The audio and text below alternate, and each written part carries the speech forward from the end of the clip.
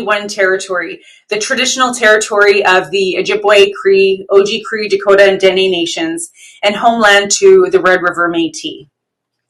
And thank you for joining us on AirMeet. I know, another platform, but I'll do my best to explain some of the functionality in case you're using this platform for the first time.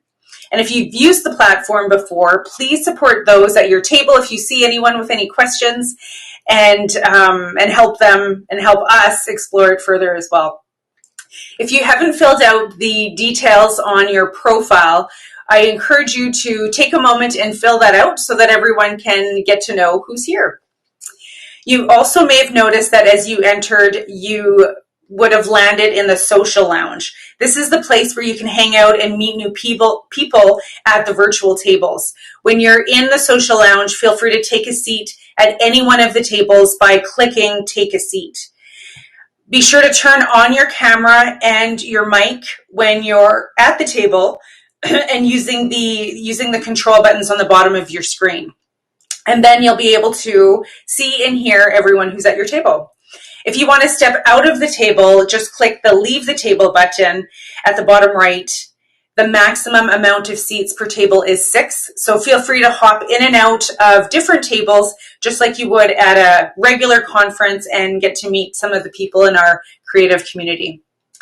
Keep an eye out for the general chat on the right-hand side. This is where we'll post any announcements and reminders, so you can click through those options with under sessions, raise hand, attendees. You can see everyone who's attending, which is why it's important to add your name, and engage in the chat.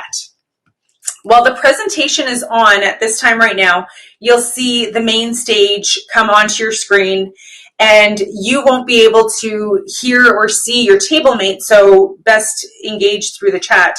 And also your sound and your video are automatically turned off, so don't worry about us peeking in when you don't want us peeking in. If you run into any technical issues, I encourage you to direct your message to John News or Jonathan Lee to help you, or you can also use the purple question mark on the bottom right-hand corner of your screen. So all of the announcements. So if you haven't already started, please join us in the chat on the right-hand side for all things chat related. And thanks, Kelly, for that last comment in there. Is it too late to say Happy New Year? No, I don't think so. That's a good question. Happy New Year. I haven't shared that, so Happy New Year to everyone. When we have our speakers up, or if you have a specific question that you don't want to get lost in the chat, feel free to use the question function, which is also on that right-hand side. We have all of our wonderful and beautiful team members ready to engage with you and answer any questions that we possibly can. We're also very grateful to have the support of the sign language interpreter class from Red River College. And each monthly session will have a sign language interpreter with us to support the deaf and hard of hearing community. You'll see the interpreter's video box is pinned to the main viewing options, and our interpreters today are Landon Cormack and Gabby Wolf. So thank you so much for being here. We completely appreciate having that opportunity. We love for you to share your Creative Mornings experience on social media, as I mentioned before.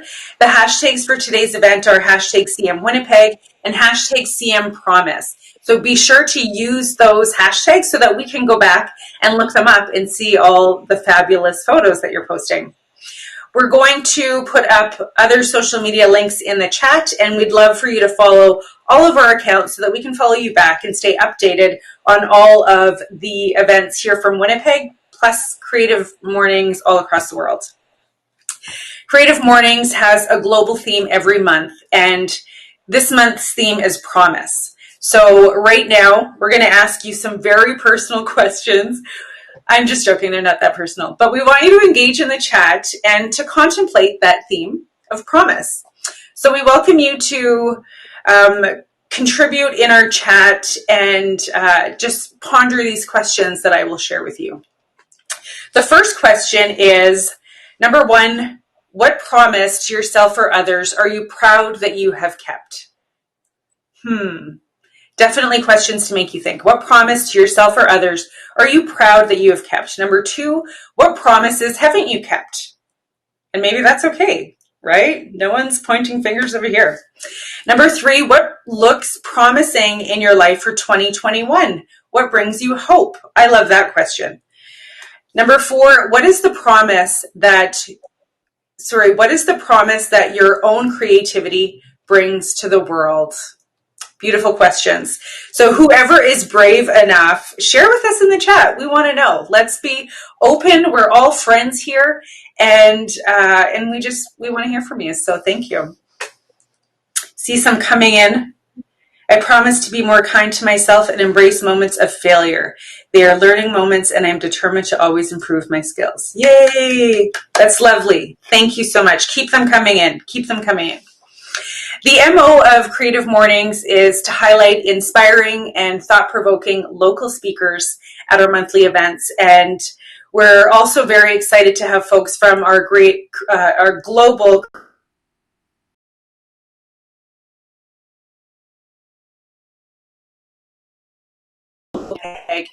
and to everyone today. At Creative Mornings Winnipeg, we want to highlight musicians and artists at our events. And today we're very pleased to have a special presentation for you, a morning musical performance by Super Duty Tough Work at today's launch of Creative Mornings Winnipeg. So thank you to Manitoba Music for coordinating this local performance. And here's the introduction to Super Duty Tough Work. Since performing in late 2014, Super Duty Tough Work has become the local region's premier live hip-hop outfit. Golden era taste, current era based. 6 musicians, 1 MC, inspired by the dirty jazz loop around the 90s East Coast hip-hop. Super Duty Tough Work are the live incarnation of hip-hop culture's quintessential time. I knew I was going to have a hard time with that word. Quintessential time, revered for their methodically curated sets. SDTW mixes laid back with, oh, sorry, my screen just bounced on their intro. Laid back, methodically curated sets. SDTW mixes laid back with high energy for a satisfaction guaranteed journey through culture where loops are slayed and jewels are the tools of the trade. Quite a bio. Heavily influenced by jazz-inspired vibe of the early 90s, East Coast hip-hop, SDTW mixes live instrumentation with an array of vocal styles, combining laid-back and high energy into a satisfaction-guaranteed performance for hip-hop heads and music lovers alike. To hit the stage is a 7-piece ensemble with horns, drums, bass, guitar, and keys. While our musicians are playing, we encourage you to get up, do a little dance, do a little stretch, or just move around to the music and enjoy. But we will continue to enjoy engaging with you in the chat, and we like connecting to you. So an introduction to that beautiful music. Wherever you are, near and far, far and wide. You know what I'm saying? In the park.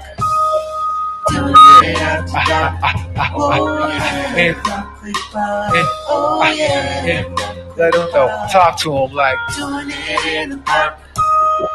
Doing it after dark. Oh yeah, oh yeah, doing it in the park. Doing it after dark. Oh yeah, oh yeah, doing it in the park. Doing it after dark. Oh yeah, oh yeah. Man, what is it? It's that flow nicely. Precise blows like Tai Chi. My foes profile and pose in the Nike as I quietly rock the X like it's 9-3. My lights green, I improvise wise. Compose motion pictures like Spike. Live beats doing what's right. Only heavy hitters in my circle. Like mine's different goals, we all trying to pursue. Kick truth, decolonize the world. You fools thirsting for views on YouTube. Likes on the gram, that's ego. Raps harder than tweets from Bebo. Facing the evils, sabotage facades. Cats try with applause while they plot. The double cross is raw. But yo, it's like that, that's the way it is. Arranging life, what can I place these eggs? Blaze these and get mine since the 1999. Like comment sound bombing these fake shaman. thinking they so nice with no stripes. We expose Rachel Dolezal types. It's like they want to flex, try to add us the truth, get power and influence to cast the image in you. But yo, we here to it. Ain't no way we let them infiltrate this music. Splash on mics, then exert the influence. And now we traveling without moving. What? You know we here to it. Ain't no way we let them infiltrate this music. Splash on mics, then exert the influence. And now we traveling without moving. Kids like, yeah.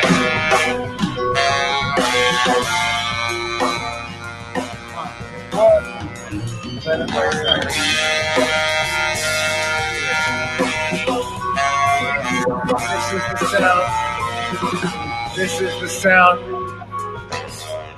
My team's so gifted, it's no image. We code switching the grow business, got provisions across the globe. They blow kisses and wanna roll spliffs with the kids with the style so vicious. Each verse gold printed, give them a glimpse of what could be. Ascension is key, so why you shook be? Eyes hidden beneath the woolly. All I see is Kanye copies. I'm like Dundee in a hoodie, and my whole crew close to the edge. Don't push. What kid? The bike checks spark a riot. We in the city of missing women and sleeping giants, and talk philosophy, then demonstrate applied science. You should try it. You know I'm talking to these dick riders, biters. While my taste stays refined, the finest cats on that whack shit swear that they stylish. All I see is a blitz of bias, but yo, we hip to it. Ain't no way we let them infiltrate this music. Splash on mics and exert the influence. And now we traveling without moving. What? You know we hip to it. Ain't no way we let them infiltrate this. Splash on mics and exert the influence. And now we traveling without moving.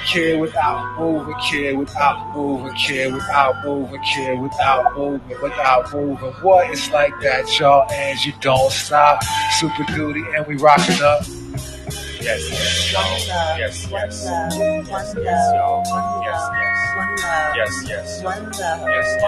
You know you're lucky if you get just one love. What? Yes. One. You know you're lucky if you get just one love. One. You know what they say. There's one life, one love, so there can only be one. There's one. There's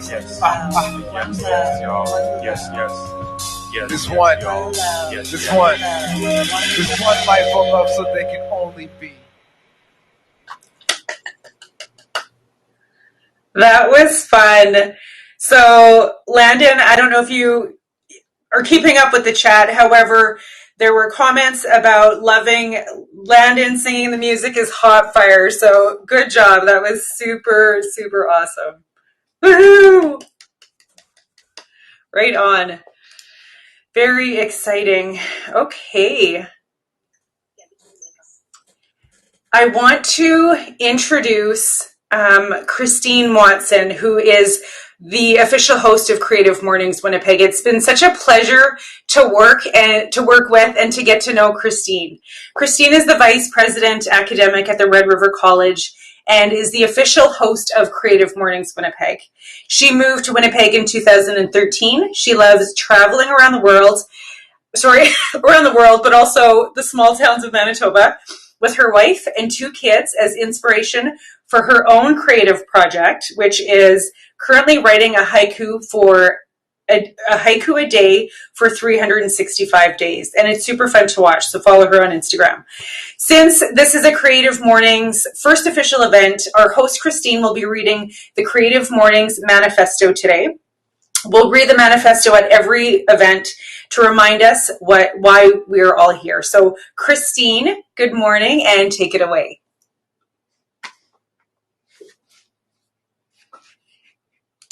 Hello, everyone. Welcome. Very pleased to be here. I'm just going to make sure that my video's on. Here we go. Hi, good morning. Welcome. So great to have you here, and thank you so much to Super Duty Tough Work and Manitoba Music for providing that great high energy song for us to start our event with. And thank you, Jessica, for your amazing emceeing today.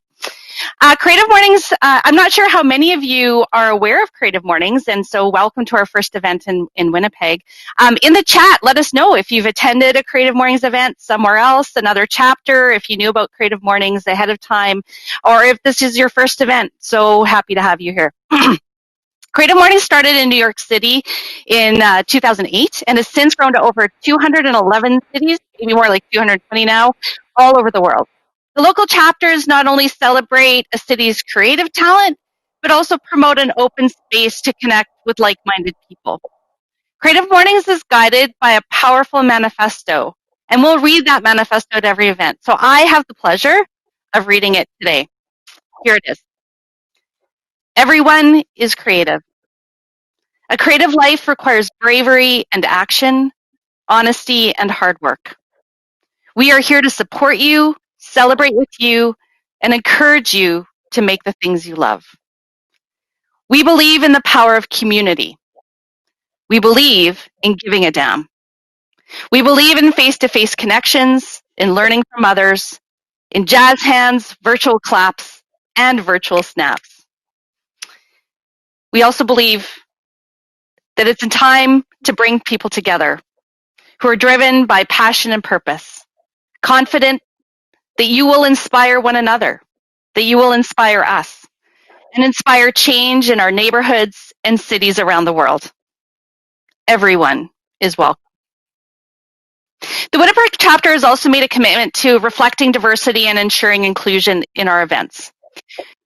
Located in one of the most diverse communities in North America, we are as inclusive as we are creative, and we will be creative in order to achieve inclusion.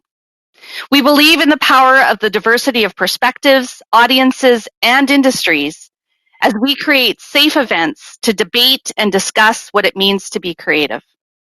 We will celebrate multiple approaches and points of view, and we will be mindful and purposeful in building a culture where those differences are not only valued, but celebrated.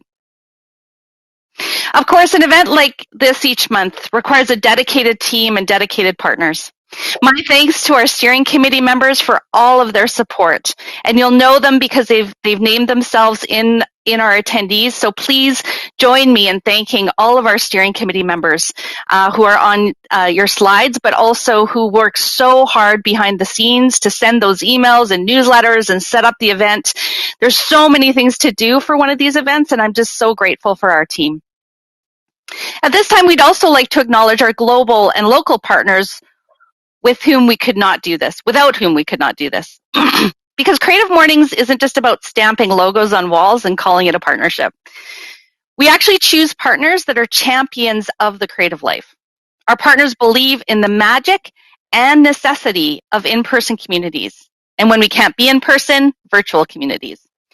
They're companies that give a damn, leading with empathy and heart to shape the future.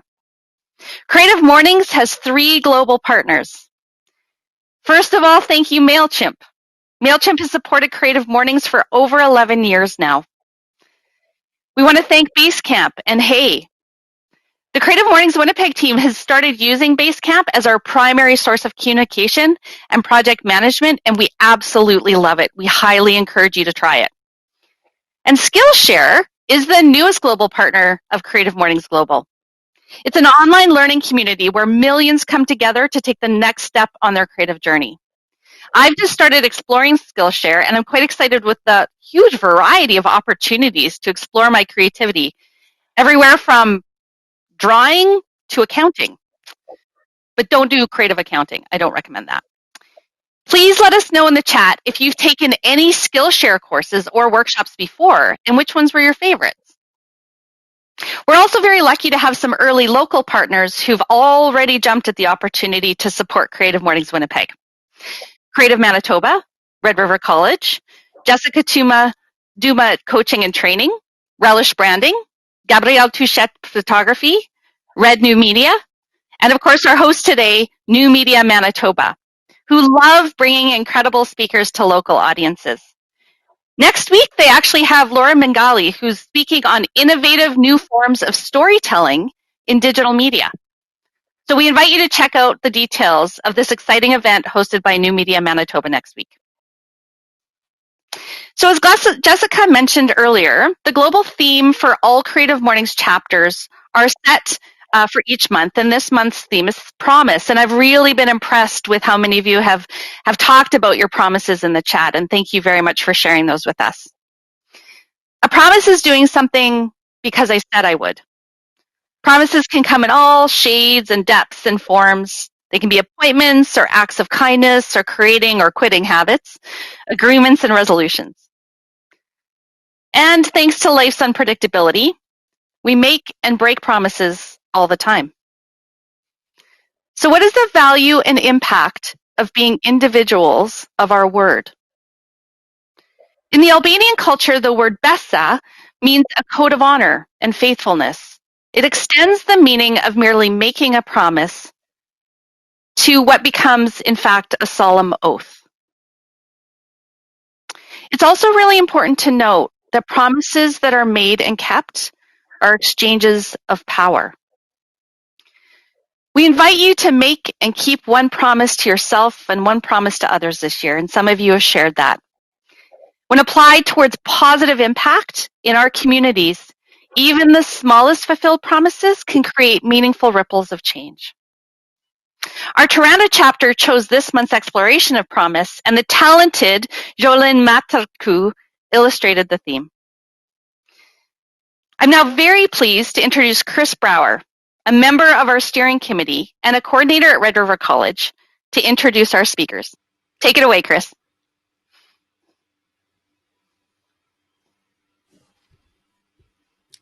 Thanks, Christine. That's wonderful. I'm super excited about this. I've known Chris and Albertine for, a long time, real long time. And Chris Pointon used to run his own design studio. Now, for a long time, he's been a teacher at Red River College. And wow, he's just an amazing teacher and does just such a great job. The classes he teaches in digital media design, they're kind of the heart of the program, and students just love him. And I got to say, his knowledge of pop culture, like you think you know pop culture, music, movies, you have not then met Chris Pointon, because nobody understands pop culture, music, movies, video games, toys, not just knows about them, but knows their influences and what they influence, their historical context. And like, oh my goodness, he's so interesting to talk to. So, Chris is just an amazing guy.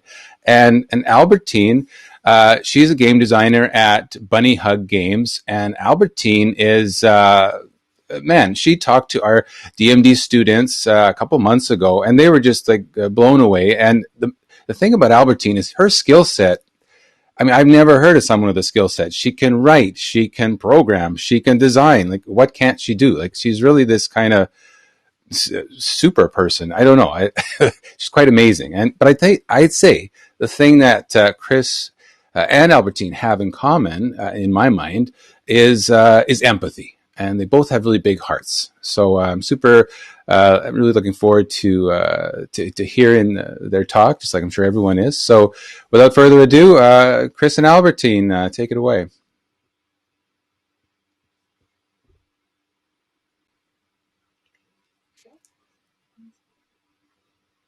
Good morning, everyone. Hello. We are so happy to be here and so fortunate to have this time with you all this morning. Absolutely. Yeah, this is an incredible event already. Like, our minds have been blown by everything that's happened this morning. Thank you so much. So before we get started, I just wanted to share that my pronouns are she and her. Also, our dog Cooper is here with us today. He's a very needy boy.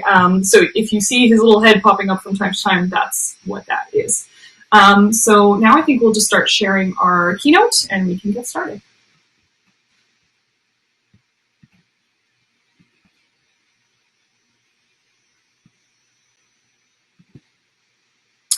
Okay, so today I'll be talking about what the idea of promise means to me as someone working in the game industry, and later on, Chris will tell you what it means to him as a post-secondary digital media educator and a designer.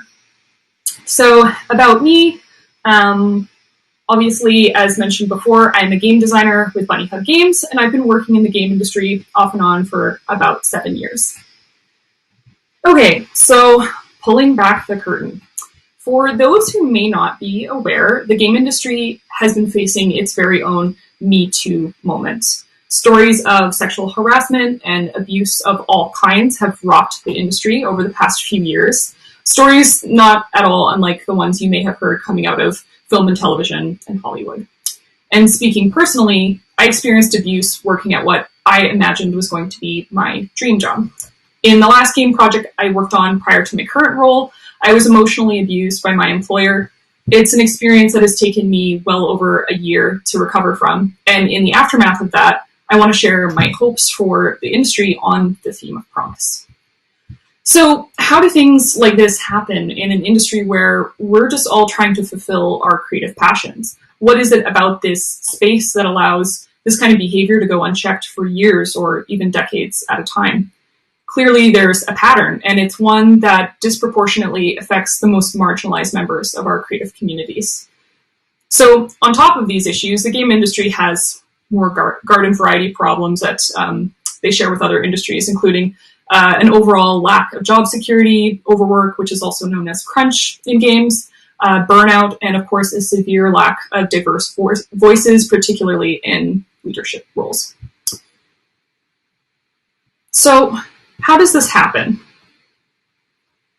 When I was younger and I heard about stuff like abuse and harassment, that is, if I heard about it at all, because far fewer people were talking about it then, it seemed like a distant problem to me. I wasn't overly concerned for myself or my friends, because of course I would never let something like that happen to me, just like you would never let something like that happen to you, right?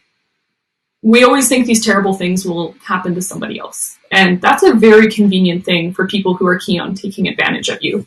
We have this knack for inserting this kind of distance between ourselves and the potential of abuse. And that gap can kind of be identified and manipulated by people who perhaps want to take advantage of you.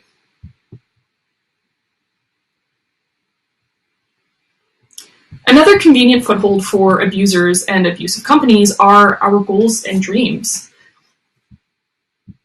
And this is because those who are looking to make it have less power than those who have already made it, and far less power still than those who decide who makes it and who doesn't. Company structures, which have enormous power compared to individual employees, need an overhaul. As I mentioned before, there's a major lack of diversity of business owners. Insufficient HR processes allow complaints such as the ones I described before to be completely swept under the rug and ignored. And the status quo is often fiercely maintained with the goal of protecting certain superstar employees at the expense of others. Through advocacy and systemic change, I think we can make this industry not one that people just barely manage to survive by the skin of their teeth, but one that people actually thrive in.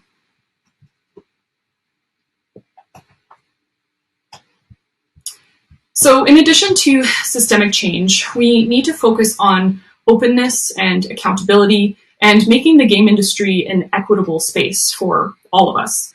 Just as we can't see what's hidden, just as life can't grow without sunlight and warmth, we can't expect to repair, learn, or heal from that which is hidden.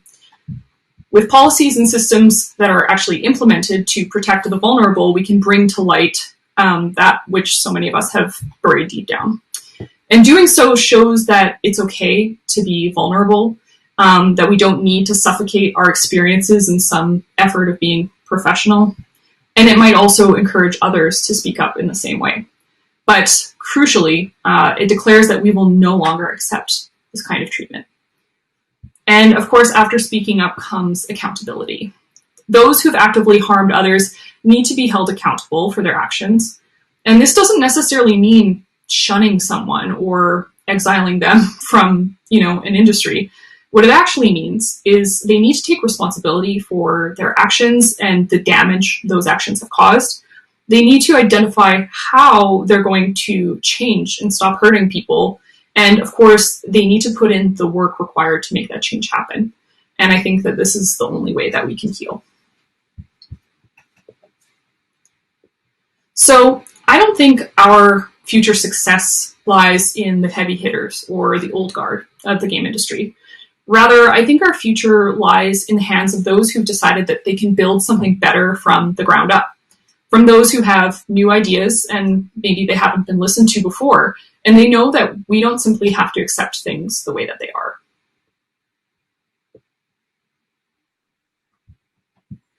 So ultimately, these changes aren't really just for the game industry, the ones that I've described. The entire creative community benefits from working together to find better ways to operate, ways that ensure that good people don't get hurt. Silent suffering doesn't need to be the price of being a creative. I encourage everyone here today to consider the people you care about in your creative communities. Think about their enthusiasm, their skills, and the gifts that they bring to your communities. They deserve to be safe, they deserve to be well, and they deserve to be protected, and so do you. So even if you've had the good fortune of never having experienced the things I've talked about this morning, I want you to know that we all have a part to play in making creative communities a healthier, better place to work and play. Okay, so let's recap. We know that bad things can happen in all kinds of creative industries, and we know that there's likely a better way that involves making proactive choices to prevent abuse from happening in the first place. And we know that every creative deserves safety and well-being. So what do we do now? Well, we need to look inward. Thank you. It's a dog swap moment. Dog swap. So we need to look inward. We need to reflect. Dangerous spaces and hostile environments, they don't occur in a vacuum. At one point or another, decisions were made that allowed these issues to take place. Maybe we brushed off a story about a colleague because you think that they would never do something like that. You know, they're a good person. Maybe we witnessed an inappropriate interaction, but we could have said something about it and we chose not to. Maybe it felt too awkward. It is an uncomfortable line of thinking, to be sure. But we need to acknowledge that our action and our inaction does have an impact. It's easy at this point to feel super guilty, but guilt isn't a particularly productive feeling to have in this situation. I think it's good to take guilt and try to channel it into a promise that you will choose to do what you can with whatever power or influence you have, no matter how big or how small, to make decisions to protect the most vulnerable people in your creative community. Change can start with you, and it can start right now, this morning. Endurance. So, actively ensuring that people are safe in creative communities is not a one-time deal. As you all know very well, creative communities grow and change very, very quickly. There will always be new things to consider and adapt to in the work of protecting people. And if we hope to secure some form of justice for people who have suffered, we need to commit to doing the work long-term. In other words, we must make a lifelong promise to make the industry better than we found it.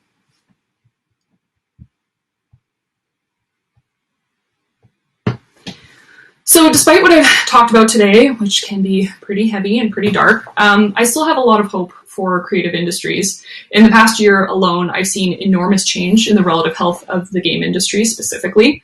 I've talked with developers who've pooled their resources together to create co-ops that allow everyone in the co-op to have ownership over their creative projects. Free mentorships for BIPOC industry newcomers are being adopted by more and more people, and it helps these great people kickstart their careers.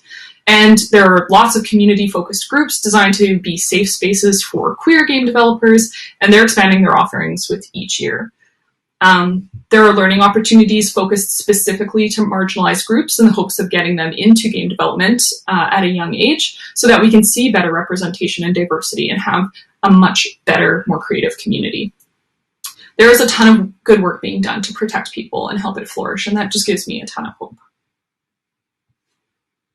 So, when I think about promise for this industry with these problems, I think about leadership a lot. And what I mean is leadership on an individual level.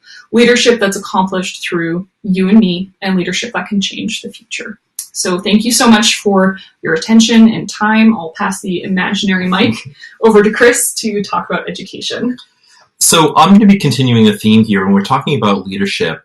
I'm fortunate enough to be able to sort of be in a position where I get to be a mentor. As an instructor at Red River College, I've been there for 19 years, and I was brought on to help develop their digital media design program. So the leaders and the sort of future industry that I get to teach, they're the ones who really I focus my efforts on. They're the ones who get my promise. So I guess one way of saying that is the promise is really to my students. What I promise them is that not only will they be employed, that they will have value as people, and that their work life will also have value and be safe. So I guess another way to sort of look at that is that I found, as I've taught and literally as the decades have sort of gone on, I came in from industry. I originally ran a digital media studio way back in the 90s. And my transition to education was to help my industry. But the things we've talked about today, these sort of issues of, the quality of your work life, unsafe spaces, the potential for abuse, we have to look at it from a systemic level. And so because of that, I found as sort of time has gone on, my sort of, core personhood and sort of my heart is not necessarily with the industry. So I want to see the industry be healthy and flourish, but I think I'm in a position and fortunately in a unique position to sort of help those entering the industry. Let's talk a little bit about this idea of like institutions, right? I teach within an educational institution, and I've been fortunate since the day I was hired to be in a creative environment, in a supportive environment, through the challenges of, the pandemic and remote learning. It's been a stellar experience, from Chris Brower, who is my coordinator at work, to everyone at the college, to my colleagues, support staff, and my students. It's been pretty transformative. It's been quite an amazing year. But in order to protect my students and in order to attack this, this danger of exploitation and abuse, I have to look at it from this sort of systemic level. And so one of the things I think I'll flag, and this is going to be my controversial slide. I like to put in every presentation, one slide is my, slide of controversy, and this will be it. The language around education outside of, colleges and universities, outside of educators, if we sort of talk, the language of business, or maybe we're talking the language of politics, often what I see as a mentorship and what I see as a duty, as a promise, can often be reduced to economic development. And I think what that does is it's a little bit reductive, right? Because really we are educators not only for employment, but we're educators for better labor. There should be value to your time and value to your work. So for me, when I see my role as being described as economic development, it often feels like when I'm talking to my students, it's sort of like, hello, cog. Welcome to the machine. And they're much more than that, right? And I think, if anything, the past year has been a bit of a radicalization, I think, for anyone. I think if you're paying attention to the world, the pandemic has really exposed a lot of the inequalities that we are faced with. So I think what I want to do is, from this systems level, from an institutional level, I want to sort of deal with this head on. So we need to embrace, I think, the humanity of our students. And, if the past two slides felt like it's a little bit sort of anti-industry, it really isn't. Because I think if we sort of can transform ourselves into a truly more sort of empathy-based institution, if our workplaces can be filled with empathy, what we can sort of realize is that humanity and respecting the personhood of our students, that's the value added, right? To sort of have someone who has gone through school, you are getting someone who has built community with their classmates, who has been in this mentorship relationship with their instructors. And to be more specific, in the context of digital media, and even within the game industry, most of my time teaching has focused on being a visual designer. So I talk about color theory, composition, illustration, design. And I think the thing that holds all of that together, that common thread, are really our stories. And I've been fortunate that in the past few years, my role as an educator is actually moving into, the video game design and video game, industry. So everything that I share with my students is sort of tied into this idea of their role in creating a better culture. Because what I want them to realize is they have platforms. If they create a video game, hundreds of thousands of people will encounter that narrative. If they build a website, if they, design posters, they have the power to sort of create empathy. So, this is a lot to process as an instructor, doing it during a pandemic and virtually, right? So we're kind of doing this on hard mode. So what I found is my strongest tool is to listen to their stories. If I'm coming at this from, this sort of systemic point of view, I also realize my position of power, so I'm not logging on and telling them about what is or isn't necessarily fair in the world. I ask them for their stories. If they're working on a project and they're having, a struggle with, designing a video game level, I'll ask them about their past. I'll say, tell me about your grandparents. What was your favorite, sandwich when you were 12 years old? What is the narrative to your life that is meaningful to you? And if you share that, people will understand you. And if you're responsible, creative, you will promote that understanding in others. So it's this transformation. I'm a vocational instructor, but I think it's more important. I want to be someone who creates an experience and who helps people find that power within themselves. And I'm fortunate enough too that, it's not aspirational. I've been given a platform. I've been given a job. I've been given a structure in terms of, the college in which I work. And I have colleagues who help me in this transformation. So my promise is really to transform their work life. And that's what I mean about maybe my focus not being on industry, because what I realize is that my students are industry. Within years of graduating, they are the new standard. They are the people who will be hiring. And if they can enter industry with empathy and with an open heart, the people they hire and the diversity that they'll foster becomes that much stronger. One of the ways I sort of look at this is, especially within the video game industry, people are designing these stories that are interactive. And often within these stories, it's a hero's journey, right? It's a hero's journey of rewards. It's a hero's journey about, learning the value of your life. So if you're creating these narratives, your own life should be its own adventure. They should be the hero of their work life. They should be the focus of a supportive community. So what I think is great about this empathy-focused capitalism, for lack of a better description, is that in the end, it actually does benefit the industry and the economy. Because what it does is it builds something that is new. And it builds something that has that human value built into its DNA.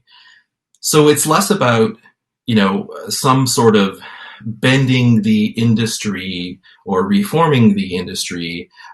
It's about building something new, and hopefully the craft, of history and the kind of inequalities that we see within power within the industry begin to be replaced by people who are there to help lift others up.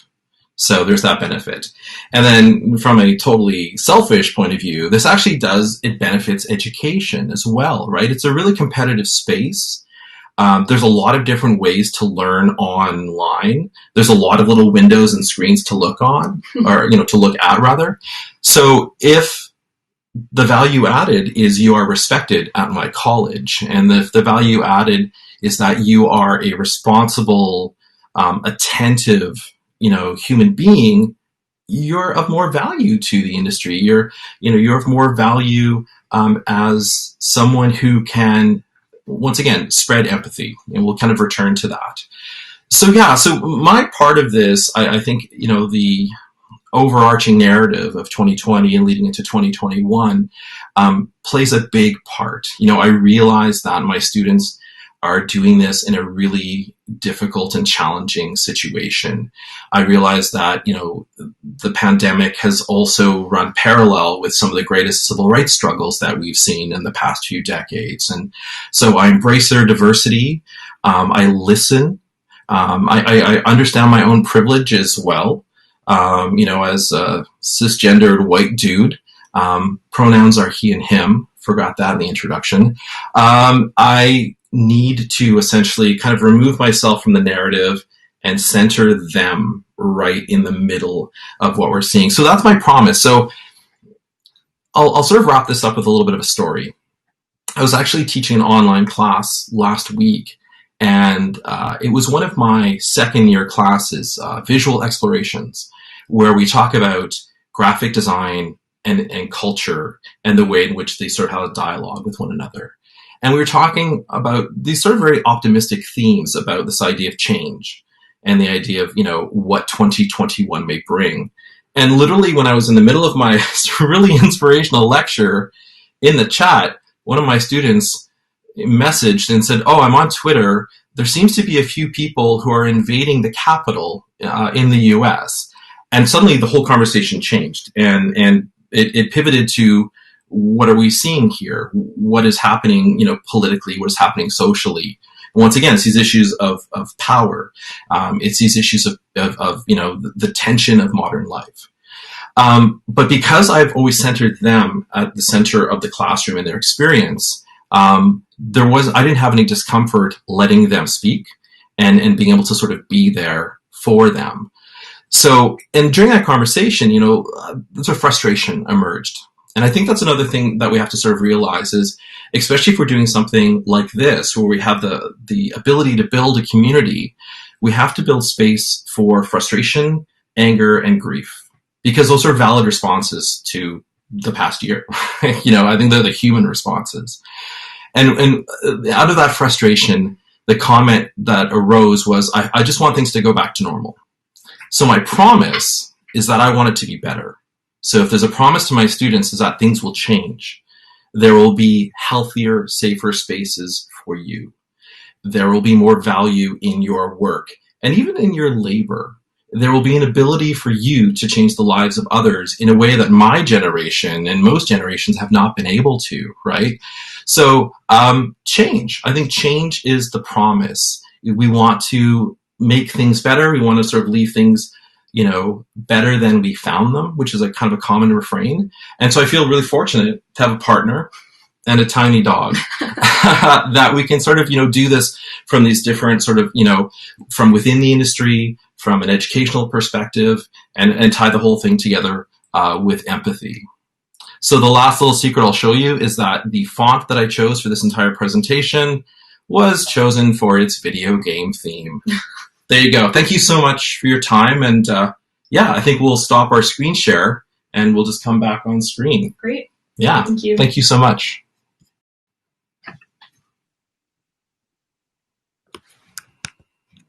Okay, so I think we now have the full screen, and Jessica's back. And Jessica's back. I'm back. Yeah, thank you so much for that. That was very insightful. Such an important topic for us to be talking about and bringing into all areas. So thank you so much for both of you sharing your stories and your experience. Thank you. Thank you.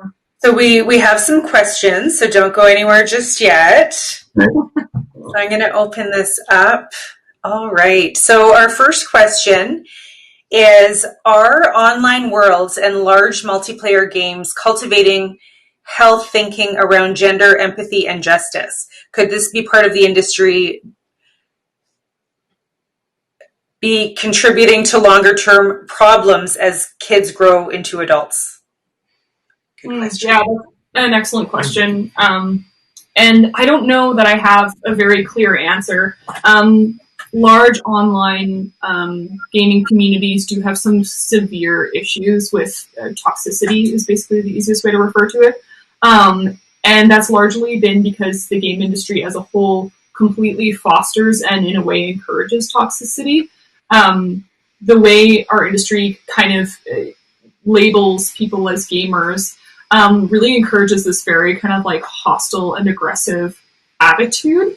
And I think we see that play out in real time in large online gaming communities. And it's really, really dangerous. And I think we've seen the results of that kind of encouragement of hostile behavior a lot in not just the last few years, but even went back when I first started out in the game industry, which was back in 2014. It was around the time that I started in the game industry that a really terrible movement known as Gamergate kind of took off online. Which was a mass harassment campaign against women and gender diverse persons. It originally starting out in games journalism and filtering all the way through the entire game industry as we know it.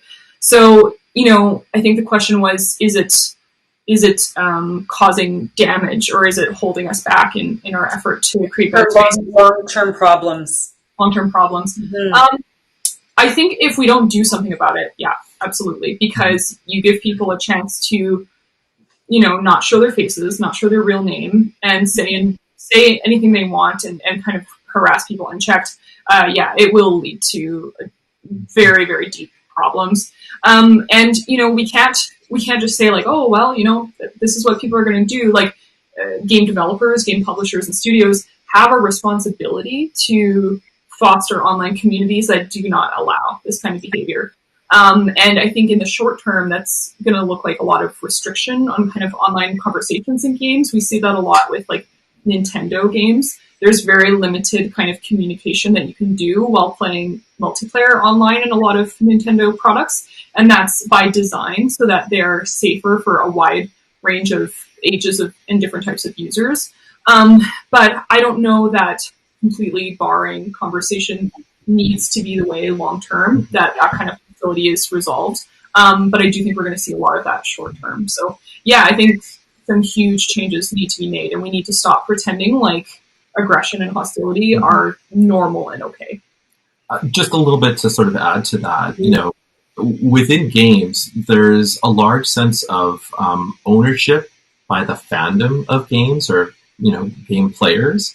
So that's actually what leads to a lot of the hostility, is this idea of if you're immersed in this, continuous adventure and you're, 200 hours into a massively multiplayer online game, anything that does not please you, any sense of discomfort in terms of like the way others are playing or a decision that the publisher or the game developers have made can often, result in this sort of hostility. Mm-hmm. And, some of the parallels, do go into what we're seeing, politically and culturally. It's like a microcosm of what you would see in terms of, QAnon or other sort of online, when there's a discourse that is unhealthy, or there's a discourse that sort of falls into, I think what we see is culturally, as culture accelerates, discomfort is kind of the thing that causes, I think, so much pain for a lot of people, right? If people are seeking comfort, people are feeling left out.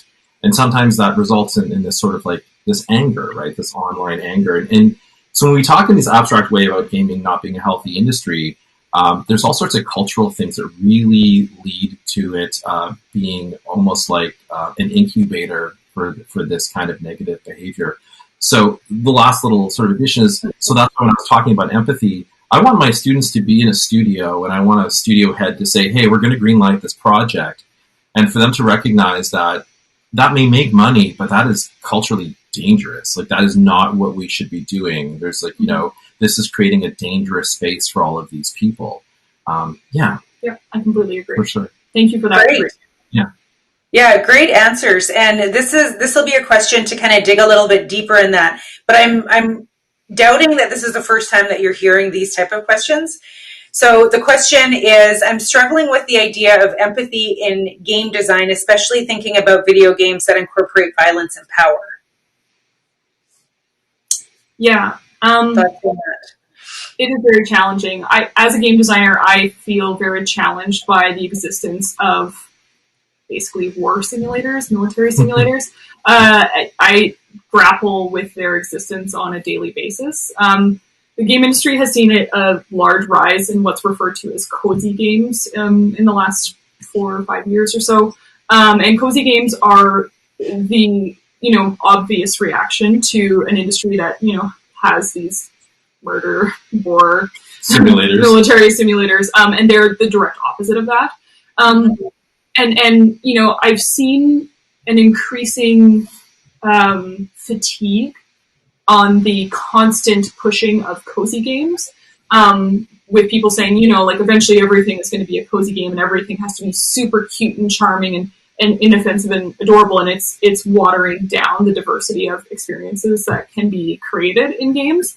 And I don't necessarily agree. I think there's a lot of space to tackle very challenging subject matter as a game designer, but I do think it needs to be done responsibly.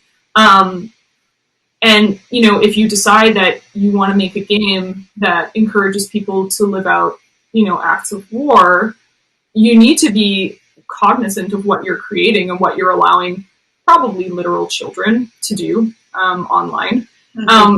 I don't think there's a free pass to make experiences like that and not reconcile their effect on the broader public. It's definitely a super challenging thing. I'm happy if you ever want to talk about that outside of this space. I don't have any clear answers. It's really, really hard as a game developer, and I think we're going to be seeing a lot of young and up-and-coming developers really trying to tackle that topic in a way that's a little bit more nuanced than only making cozy games. I think we're going to see much more interesting and challenging experiences. Yeah. Excellent. Chris, anything to add? From my perspective, often these conversations about, what are these games promoting or what are these games, fostering, always bring to mind, typically if I'm at an open house and I'm representing the college, and maybe a guidance counselor or a teacher from a high school, or sometimes parents will have their students, right? Their high school age students come in, and when they talk about the game life of their children, I think we're kind of in this sort of awkward time where it is such a dominant platform, right? Because video games are a platform. They're not a style, because within that platform, you can have a million different stories. Mm-hmm. Mm-hmm. But you're a parent and you're already overloaded with information, and the sort of technology is this thread that runs through your life, especially now. You're working virtually, your students are doing online school, they're in school, they're out of school. Often it can be challenging to understand, well, what's happening when your kid opens up their laptop or is sitting in front of their console. So the narrative I often get from students is, oh, my student should become a video game designer and take your course because computer. Mm-hmm. And I'd be, oh, how do they use the computer? Oh, they just have computer. They open computer. They look at computer. And it's not to assign any sort of blame, but there's that acceleration where the reality of the lives of most younger people has hit a complexity that far exceeds anything that their elders or parents or caregivers can even begin to process. For me, it's a cultural literacy issue. Mm-hmm. In an amazing world, everyone should be some sort of visual designer, or communicator, because everything is about communication. And I think the lack of clarity and the lack of understanding. So it's a little bit more abstract, but I don't even think we can simplify it down to like war being bad. It's sort of like there's a medium that is not being monitored or understood by people. It's that whole Marshall McLuhan, medium is the message sort of thing. It's the fact that they're there, or they're these unmonitored or misunderstood spaces that provides as much of a danger as anything. Yeah, conversations need to happen across the board, not only from obviously game development studios and designers like myself, but also parents of children and educators. Like, lots of conversations need to be happening about, I think there's been a lot of discussion about, violence in film, and there's ratings and stuff like that. There's also rating for games, but realistically, a lot of the parents that I know that allow their children to play video games do not pay attention at all to what kind of content their children are consuming, and I think that's a really bad recipe. and just I guess my last thought here is, there's the violence of intolerance, really. Like, we talk about storytelling, right? And this idea of narrative, in Western culture especially, there's this idea of, of being a hero, which often insinuates there's some sort of dominance. You won the war. You were the best business. You get an award for this. And so we see those narratives reflected in television and film, and especially in games, right? Your hero's journey often involves standing on the throat of someone else, like literally. Mm-hmm. And that's why when I started with talking about this idea of, economic development, I want people to make money, but that is not the thing that is the trophy that's held up. So the other insidious sort of thing I see is if you're playing a narrative, and even if it's a calm, non-war game, and anyone who's a person of color is sidelined to a secondary storyline, or, anyone who is, LGBTQ plus is the punchline of the story that you're playing, mm-hmm. What it does is it reinforces these intolerances, right? So even if you're not playing Call of Duty or a war simulator, the basic storylines are excluding the bulk of our awesome, diverse sort of, audience. So that's really all of my lectures are threaded through with you need to represent other people. You need to represent and validate this experience. Excellent. Well, thank you so much for taking time to answer our questions. And thank you so much for being here with us today. We really, really appreciate you coming and sharing your stories and your experience and your thoughts. And it reminded me of a statement by Senator Murray Sinclair. He says, truth and reconciliation is not a spectator sport. And I think that's the same in a lot of things that we're doing. So thank you very much. So jazz hands for our speakers. Show them some love in the chat. And thanks so much for being here. Thank you. Thank you for having us. Thank you to Cooper. There you go. Thank you, Cooper. He's a great listener. Like, his eyes are attentive. He's like, I know, he looks at Albertine. He looks at me. Yeah. Enjoy your day and see you soon. Great. Thank you so much. Bye-bye. That was awesome. Thank you so much for sticking around and enjoying that with us. And again, just feel free to pop in the chat any thoughts, anything that you'd like to share. So as we start to wrap up, I want to ask you, would you be interested in pitching your side project, a job alert, or a work for hire or something at our next Creative Mornings event? We're inviting our community members to participate in Creative Mornings. I'm on, right? You can hear me? We're inviting you to participate and pitch yourself, your idea, your project, and we're only giving you 30 seconds to do it. So we would like you to submit a 30-second video to our email address at winnipeg@creativemornings.com, and we'll do our best to pick 2 or 3 for our next February event. And come on, so we challenge you. What have you got to lose? Please send in that 30-second pitch to us. We'll put an example of the 30-second pitch in the chat, which is from Creative Mornings in Gothenburg. So I believe that link may be in there right now, but you'll get a chance to see what that will look like. As you become members of the global Creative Mornings community, we want you to celebrate your creative superpowers through the Creative Guild. Please take a moment to fill out your profile in the Creative Mornings website, because you never know who may reach out to you because of your superpower. Thanks again to everyone for taking the time to join us and celebrate the launch of Creative Mornings Winnipeg. And we hope that you had a great time and that you're going to continue to join us on our Creative Morning Fridays. We're so pleased that you joined us, and we look forward to seeing you again in February. We'll be welcoming Chief Ben Kramer on February 26th, which is also my son's birthday. He will be speaking, not my son, but Ben, will be speaking on the theme of Divergent from the perspective of someone who's championed social justice as a creative approach to navigating his own culinary career and the culinary business world. Very much looking forward to that. Because we sold out this event, we encourage you to register as soon as possible, because we don't want you to miss out on tickets.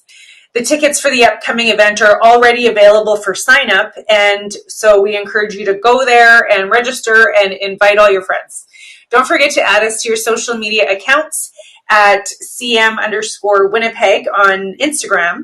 And we'll also be sending you a post-event email with all the links from today, as well as a short survey so you can give us your feedback and tell us a little bit more about what you loved about Creative Mornings Winnipeg and what you would like to see. The formal program is done, but please feel free to head back to the social lounge, hang out, go in and out of some of our tables, and engage with people a little bit longer. This is an opportunity to network and meet some like-minded people. And I also think that it's a fun idea where it's not an official meeting. You don't have to show up officially, but we welcome you to join us there. And we hope that you enjoy the rest of your day, and we see you again in February. Enjoy.